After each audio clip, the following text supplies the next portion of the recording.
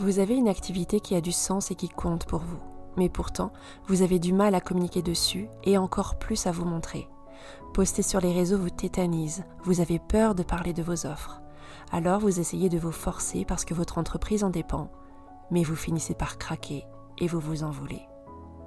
Si je le sais, c'est parce que je vis exactement la même chose que vous. Je m'appelle Mylène, je suis coach en communication et j'accompagne des femmes entrepreneurs à incarner leur message avec authenticité. Et pourtant, j'ai moi-même une peur viscérale de sortir de l'ombre, ce qui m'a même coûté ma première entreprise. Alors j'ai décidé de transformer ce blocage en exploration. Ce podcast, c'est un peu mon journal de bord, un chemin pour oser incarner mon message, documenter et partager avec vous en temps réel. Mais c'est aussi un espace pour rencontrer d'autres femmes, entrepreneurs et expertes qui apporteront un nouvel éclairage sur ces questions que l'on se pose. Alors si vous aussi vous portez quelque chose qui mérite d'être entendu mais que vous n'arrivez pas encore à le faire rayonner, je vous invite à cheminer avec moi. Bienvenue dans Réflexion. Bonjour et bienvenue dans Réflexion. Je suis très heureuse de vous retrouver pour ce nouvel épisode. Aujourd'hui, j'avais envie de vous parler de quelque chose qui va probablement faire écho à certaines d'entre vous. J'ai nommé le perfectionnisme. Depuis toute petite, les gens m'attribuent cette étiquette de perfectionniste. J'aime quand les choses sont bien faites, soignées, et je peux passer des heures sur un petit détail que personne ne verra. Cette précision a toujours été un atout quand je travaillais sur la communication d'autres entrepreneurs, et c'est quelque chose qu'elles appréciaient beaucoup dans ma façon de travailler. C'est donc tout naturellement que ce fonctionnement s'est installé dans ma propre communication. Le problème, c'est que sans même m'en apercevoir, ce perfectionnisme qui avait pu être une qualité à certains moments a commencé à dériver doucement jusqu'à venir complètement saboter ma communication. Résultat, des dizaines de documents Canva inachevés, une charte graphique en chantier depuis des mois, des contenus prêts mais qui n'ont jamais été publiés et mon activité qui reste invisible. Passer du temps sur son identité visuelle, c'est important. C'est normal qu'on cherche à obtenir un résultat qui nous ressemble, que ce soit beau, cohérent, professionnel. Mais là, je me sentais comme paralysée dans mes décisions. J'avais beau chercher, tester, essayer, ajuster, recommencer, rien n'allait jamais. Rien n'était jamais assez bien pour que je me positionne et que j'ancre un choix. Et plus le temps passait, plus je me sentais perdue et plus je doutais de moi. Je culpabilisais de ne pas réussir à me décider et très souvent, j'ai eu envie de tout laisser tomber.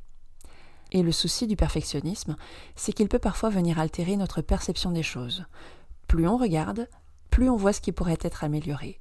Et à force de regarder quelque chose uniquement à travers ce qui ne va pas, on finit parfois par perdre la capacité de voir ce qui fonctionne déjà.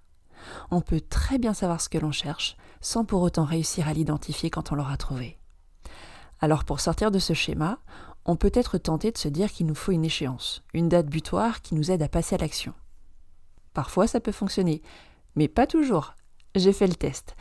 Je suis allée voir sur Canva de quand datait mon plus vieux contenu en attente d'être posté. Et la réponse a fait mal. 4 mois. Ça fait 4 mois que j'ai un carrousel prêt à poster, alors qu'il avait été fait pour annoncer la sortie d'un nouvel épisode du podcast. Comme à chaque fois, j'y avais passé beaucoup d'heures pour que tout soit parfait. C'était quasi prêt, il n'est resté que quelques détails à peaufiner, ce qui me faisait dire à chaque fois « ouais, bof ». Sauf que l'épisode est sorti, le temps est passé jusqu'au moment où j'ai décrété, le plus subjectivement possible, que c'était trop tard, que ce n'était plus pertinent de le publier et que je ferais mieux pour le prochain. Mais la fois d'après, ça recommençait. Et le seul résultat a été d'ajouter de la culpabilité, de la frustration et le sentiment d'avoir encore échoué à faire quelque chose que je m'étais promis de faire. Alors j'ai cherché à comprendre quel était vraiment le cœur du problème. Et si ce que j'avais identifié comme du perfectionnisme n'avait finalement rien à voir avec le fait de vouloir bien faire. Parce qu'il y a parfois une grande différence entre notre perception de la situation et ce qui se joue réellement. En passant autant de temps à corriger, ajuster, améliorer, on pense tout travailler sur notre communication alors qu'en réalité, on ne communique absolument pas. On a l'impression de travailler énormément et c'est le cas, mais c'est davantage ce que l'on pourrait qualifier de procrastination active. On fait des choses, oui, beaucoup, on s'y épuise parfois, mais au final, ça ne nous mène nulle part. Le but premier de notre communication, c'est de rendre visible notre activité, d'aller au contact de notre audience, de nos futurs clients. Et là, le perfectionnisme peut parfois nous maintenir dans un vase clos d'où rien ne sort. L'un des pièges que j'ai rencontrés, c'est celui du « je publierai quand ce sera prêt », mais sans avoir défini les critères qui me permettront justement de reconnaître quand ce sera prêt. Parce qu'en fait, mon critère ici était quand je serai certaine que c'est suffisamment bien. Et ça peut conduire à une quête sans fin parce qu'il y aura toujours une formulation à améliorer, une couleur à modifier, une phrase à raccourcir ou une idée à ajouter. Et le perfectionnisme ne disparaît pas nécessairement une fois que c'est publié. On peut avoir posté et immédiatement se dire « mince, j'aurais dû le faire autrement. J'aurais dû choisir l'autre version. » Ou encore « mais pourquoi j'ai publié ça ?» Et là, le doute s'installe à nouveau, pour peu qu'il nous ait quittés à un moment. Le problème n'est donc pas seulement l'incapacité à publier, c'est parfois l'incapacité à considérer que ce que l'on a fait est suffisamment bien. Et parfois, même en ayant réussi à publier en se faisant violence, on peut venir alimenter ce doute qui fait que la fois d'après, nous n'y arriverons plus. Il y a un point à souligner aussi, c'est qu'à force de regarder son propre contenu, on en connaît chaque détail, chaque hésitation, chaque modification, chaque petite imperfection. Mais notre audience, elle, ne verra rien de tout ça. Elle découvrira le contenu dans son ensemble. Alors que nous finissons parfois par regarder notre propre création comme si chaque petit défaut avait la même importance que le message en lui-même, si ce n'est plus. Et moins on publie, plus chaque contenu porte du poids, une pression de résultat proportionnelle à notre investissement, même si on sait rationnellement qu'avec peu de publications, nos chances d'être mises en valeur par les algorithmes sont minimes. Et c'est parfois un cercle vicieux qui s'installe. Le perfectionnisme nous amène à moins publier, ce qui rend chaque publication encore plus importante, nous rajoutant ainsi davantage de pression et nourrissant encore plus notre besoin de perfectionnisme. Une boucle sans fin dans laquelle il est facile de tomber. Mais pourquoi est-ce qu'on lui demande autant à cette publication ? Pourquoi est-ce qu'il est si difficile de la publier, même imparfaite ? Parce que le perfectionnisme n'est pas toujours simplement une volonté de bien faire. En réalité, il y a plusieurs raisons qui se cachent derrière ce fonctionnement. Alors je me suis posé cette question. Pourquoi est-ce que le perfectionnisme est-il devenu pour moi un refuge ? De quoi me permet-il de me protéger ? Et j'ai eu plusieurs débuts de réponses qui me sont apparus. Je vais vous en partager quelques-uns. Le premier, c'est que si ce que je fais est irréprochable, alors personne ne pourra remettre en question ma compétence. Et c'est particulièrement vrai quand on est entrepreneur et que l'on vend son expertise. Notre communication ne montre plus simplement ce que nous savons faire, elle devient aussi une preuve de notre valeur. Sauf que ma compétence métier à moi, c'est d'accompagner les femmes entrepreneurs à révéler et incarner leur message à travers une communication qui leur ressemble. Mais c'est pas graphiste et c'est pas designer. Et le piège, c'est cette quête du contenu parfait. Le site, l'identité visuelle, les réseaux, tout doit être impeccable pour rassurer cette crainte que si quelqu'un voit un défaut, peut-être qu'il comprendra que je ne suis pas aussi compétente que je le prétends. Alors qu'en fait, cela peut simplement venir tenter d'apaiser notre syndrome de l'imposteur et notre sentiment d'illégitimité. La deuxième chose que cela venait rassurer chez moi, c'était ma peur de l'exposition. J'ai réalisé que le perfectionnisme peut aussi être une forme d'évitement, de fuite, parce qu'en réalité, derrière le « ce n'est pas encore prêt » se cachait inconsciemment « j'ai peur de le montrer ». Retoucher, recommencer, ajuster sans cesse me permettait de repousser indéfiniment, parfois même inconsciemment, le moment où quelqu'un allait réellement me voir. Un autre aspect caché du perfectionnisme, c'est le sentiment de garder le contrôle. Parce que si on ne peut pas forcément contrôler la manière dont les autres vont nous percevoir, on peut au moins contrôler la forme de ce qu'on donnera à voir. Et ça passe par ces heures passées à choisir une police d'écriture, à hésiter entre deux teintes d'une même couleur, à recadrer une photo. Alors on cherche à maîtriser la forme, parce que la forme donne l'impression de pouvoir maîtriser la perception que l'on aura de nous, comme si cela pouvait nous protéger de ce que les autres pourraient penser de nous.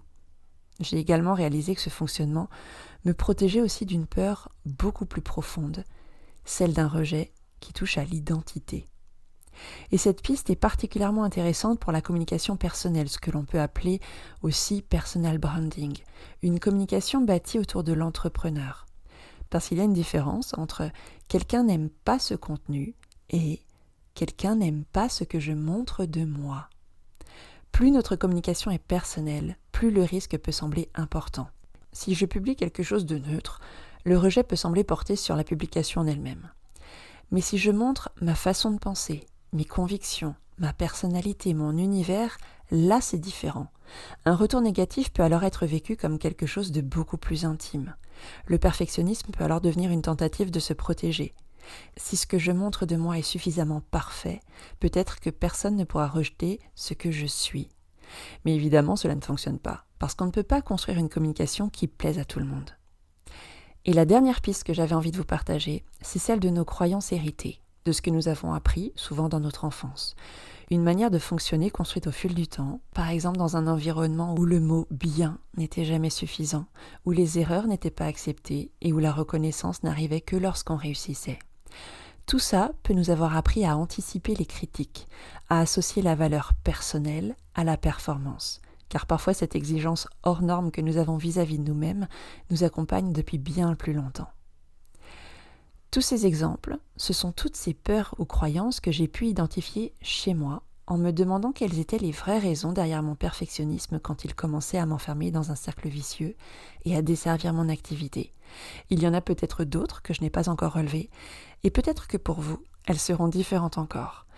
Mais je trouve intéressant de se poser la question de ce que notre fonctionnement cherche à obtenir ou à éviter, et c'est selon moi la première clé pour pouvoir sortir de ce schéma. Et finalement, je crois que c'est ça que je trouve passionnant dans cette réflexion. Le comportement peut être exactement le même, mais ce qu'il cherche à protéger peut être complètement différent d'une personne à l'autre. Mais alors, faut-il à tout prix bannir le perfectionnisme pour plus de laisser-aller ?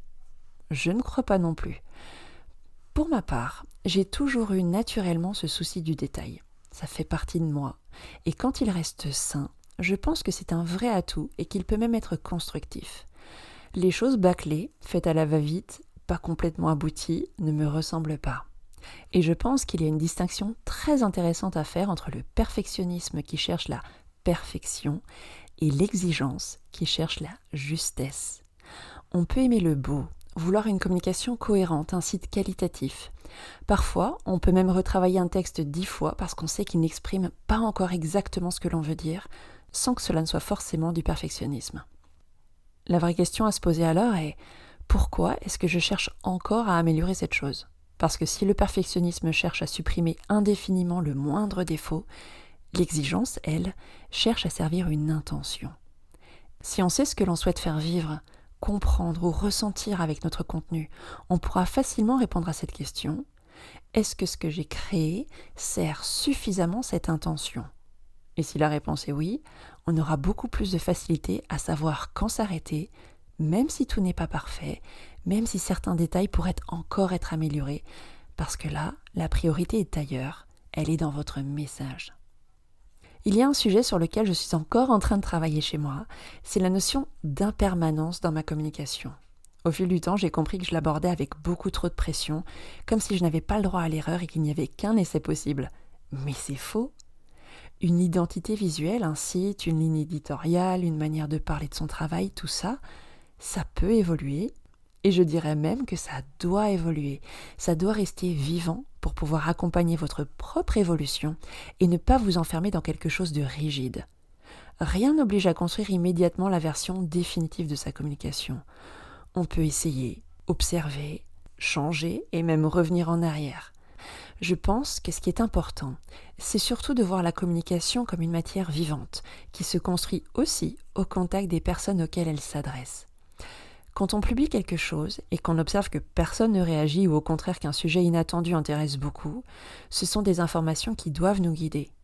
Des actions de communication qui ne fonctionnent pas ne sont pas nécessairement des échecs. Ce sont des informations qui vont nous aider à faire les bons ajustements. Aborder la communication comme un test, comme une expérimentation qui va nous permettre de recueillir ces informations directement auprès de notre audience et dont nous avons besoin, va changer notre clé de lecture et notre autocritique. On ne va plus se demander si ce post est bon ou mauvais, mais plutôt qu'est-ce qu'il a réussi à m'apprendre sur mon audience. Alors là, je fais une petite parenthèse pour aborder un sujet qui me tient particulièrement à cœur, parce qu'on a trop souvent tendance à oublier ce que signifie communication au sens premier du terme. Communiquer, c'est transmettre une information, un message ou un sentiment à quelqu'un d'autre, être en relation avec lui.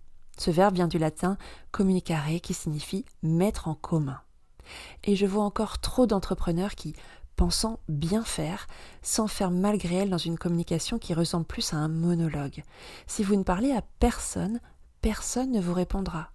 La communication, c'est un dialogue, une conversation avec vos clients cœur de cible, et c'est très important de leur laisser cet espace de réponse. Et même derrière les potentiels critiques, ce que les gens vont vous dire ne parlera pas forcément de votre valeur ni de vous. Cela parlera aussi d'eux, de leur perception, de leurs attentes, de leurs propres expériences. Et ça, c'est une mine d'informations extrêmement précieuse pour vous. Les réactions, les commentaires, les messages, les statistiques, mais aussi parfois le silence, donnent des informations.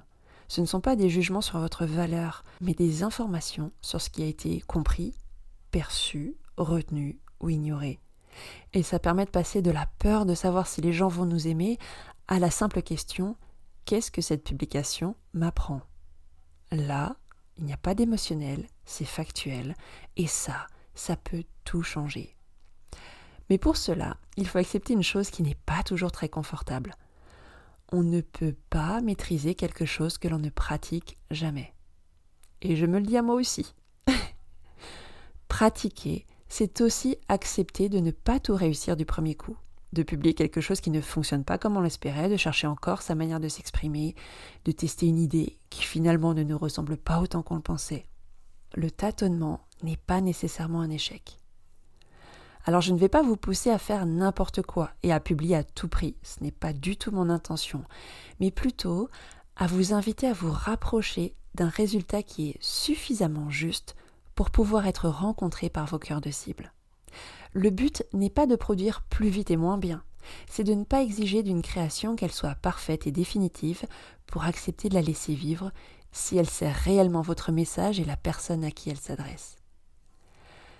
Comme à chaque fois, avant de refermer cet épisode, j'avais envie de vous partager quelques pistes de réflexion pour celles qui le souhaitent. La prochaine fois que vous vous surprendrez à retoucher encore une fois votre publication, votre site ou votre identité visuelle, observez simplement ce qui est en train de se passer et posez-vous cette question. Est-ce que je cherche encore à améliorer cette chose parce qu'elle n'est pas suffisamment juste ? Ou est-ce que je cherche à la rendre suffisamment parfaite pour ne plus avoir peur de la montrer ? Et deuxièmement, de quoi est-ce que mon perfectionnisme essaie-t-il de me protéger ? Nous voilà arrivés au terme de ce 14e épisode de réflexion.